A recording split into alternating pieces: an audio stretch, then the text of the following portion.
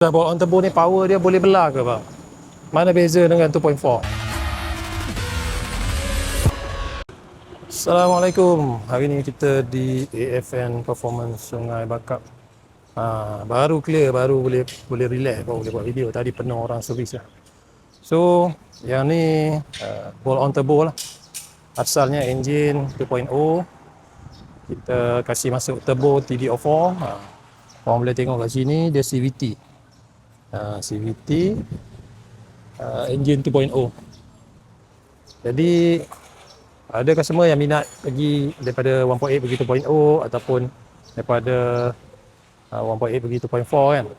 Tapi yang ni untuk engine NA modification yang paling tinggi lah, iaitu Bolt on turbo.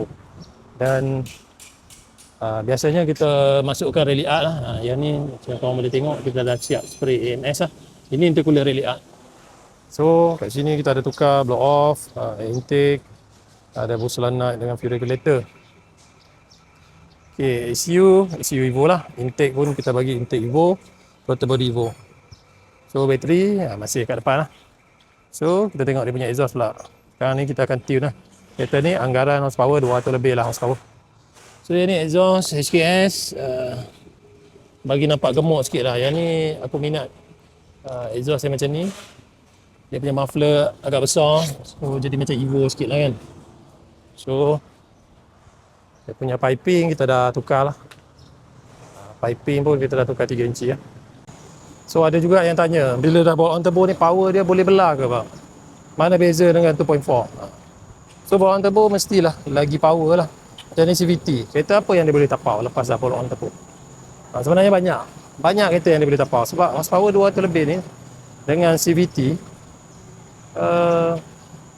contoh kereta yang dia dah boleh tapau macam Honda FE, Honda Civic FC, Mercedes A180, A200, A250, BMW 320i, 330i, F30. Kebanyakannya memang dah akan kena dengan kereta ni. Kalau korang tak percaya, korang try. Siapa yang rajin nak test mesin kan, boleh test mesin. Yang mana range horsepower lebih kurang tu, memang dia boleh tapau lah. Tapi korang tak boleh dah compare dengan tiba-tiba dengan BMW M3 ataupun M4. Yang tu dia dah ke level kereta sukan. Kereta sukan macam A45, Audi RS3, Golf Smart 7 Up. Yang tu lawan dia korang kena masuk engine, rally art ataupun Evo 10. Jadi siapa yang nak Bolt on turbo, tak kisahlah korang 1.8 ke 2.0 ke 2.4, semua boleh Bolt on, tak ada masalah. Apa-apa boleh Roger AFN Performance. Sungai Bakap, Pulau Pinang.